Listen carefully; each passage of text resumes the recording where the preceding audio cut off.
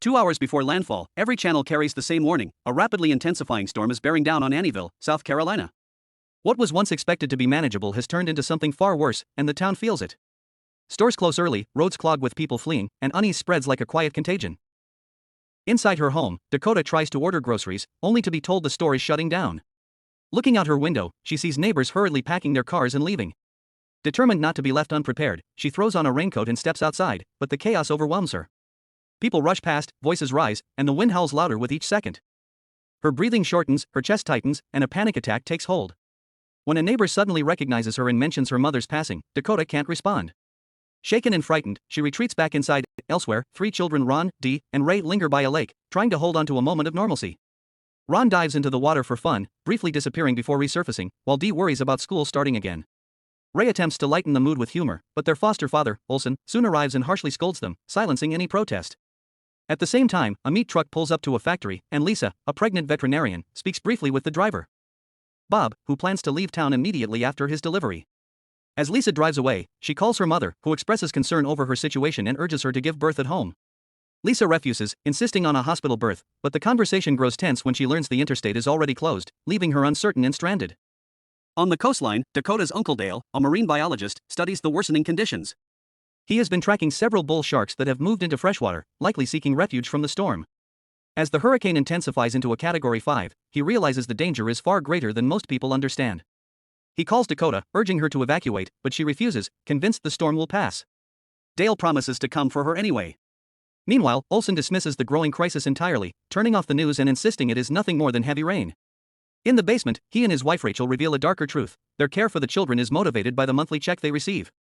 Their laughter is cold, indifferent to the danger above. The storm finally unleashes its full force. Power fails, the wind becomes deafening, and then the seawall breaks. A massive surge of water floods into Annieville, crashing through homes and streets alike. Dakota watches in horror as the wave approaches and barely makes it inside before it smashes through her house. Nearby, Lisa's car is forced into a fallen tree, where a jagged branch traps her as the water steadily rises. Bob attempts to help but is swept away when his truck overturns, blood spilling into the water.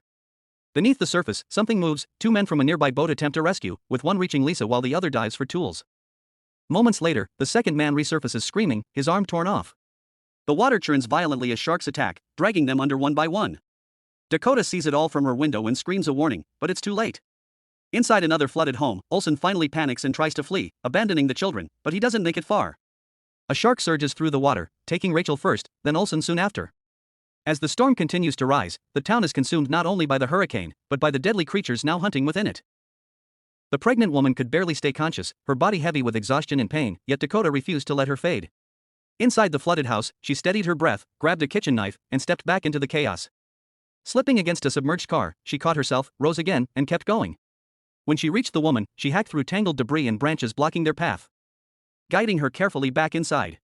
Gratitude flickered through the woman's pain. 2 lives now tied to Dakota's courage. Elsewhere, Dale and his crew closed in on Annieville, their instruments lighting up with movement beneath the water. The signal was overwhelming: clusters of sharks circling the submerged city. Among them was the one they had tracked for years, a massive great white they called Nellie. The closer they got, the more the water seemed to churn with predators. Back at Dakota's house, the tension thickened. The foster kids argued, fear turning quickly into desperate ideas. Ron pushed them toward action, even as the house itself creaked under the pressure of the flood.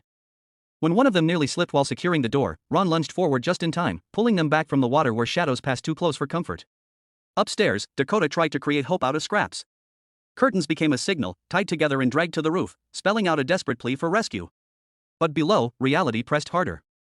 The pregnant woman's contractions were coming faster now, sharper. There was no time left to wait. Dakota knelt beside her, heart racing, realizing the baby was already coming. Panic threatened to take over, but she forced herself to stay focused. Somewhere in her memory, her uncle's voice surfaced, lessons about the ocean, about how predators responded to vibration. It sparked an idea. If she could draw the sharks away, even for a moment, they might survive. While Dakota prepared her risky plan, the foster kids uncovered darker truths. In the basement, where they were never meant to go, Ron found supplies, meat, tools, even weapons, but also signs of something worse. Dakota's plan unfolded in the open water. Using makeshift tools, she created vibrations strong enough to mimic struggling prey. One by one, the sharks shifted their attention, drawn away from the house. It was working until it wasn't. The water stirred again, the predators changing course, forcing Dakota to move faster. She swam for the abandoned boat she had spotted earlier, every second stretching thin as the water rippled behind her. At the same time, Dale's crew navigated through the flooded city. As the reporter pressed him, Dale spoke not just of sharks, but of fear of growing up near the Zambezi River, where even the most dangerous animals could become prey. Bull sharks, he explained, were different, unpredictable, fearless, capable of turning any environment into a hunting ground. His story ended as their instruments lit up again, more movement, more danger, and somewhere within it, Dakota. Back at the house, survival reached its breaking point. The building began to give way just as the woman went into full labor. With no shelter left, she was forced into the open water, clinging to life as she delivered her child in the middle of the flood. For a brief moment, there was something miraculous in it, a new life born against impossible odds. But blood spread quickly in the water, and the sharks responded. Acting on instinct, she severed the umbilical cord and fought back, striking at the creature that came too close, buying herself and her child precious seconds. Dakota returned just in time. Spotting the danger, she fired, driving the shark away and pulling the woman and her newborn toward safety. Not far away, the foster kids made their own stand. Ron turned desperation into strategy, rigging bait with explosives and using noise to lure the sharks in. The blast that followed tore through the water, scattering the predators and giving them a narrow escape. In the end, it was barely enough. Dakota reached the survivors just as Dale and his crew arrived, pulling them from the water. The massive great white Nellie briefly surfaced in the chaos, its presence enough to scatter the remaining bull sharks before disappearing back into the depths. It was a reminder that even in a world overrun with danger, there were still forces beyond control. As the storm began to pass, what remained of Annieville was quiet. The survivors stood together, exhausted, shaken, but alive. Around them, the water slowly settled, carrying away what was lost and leaving behind only those who endured.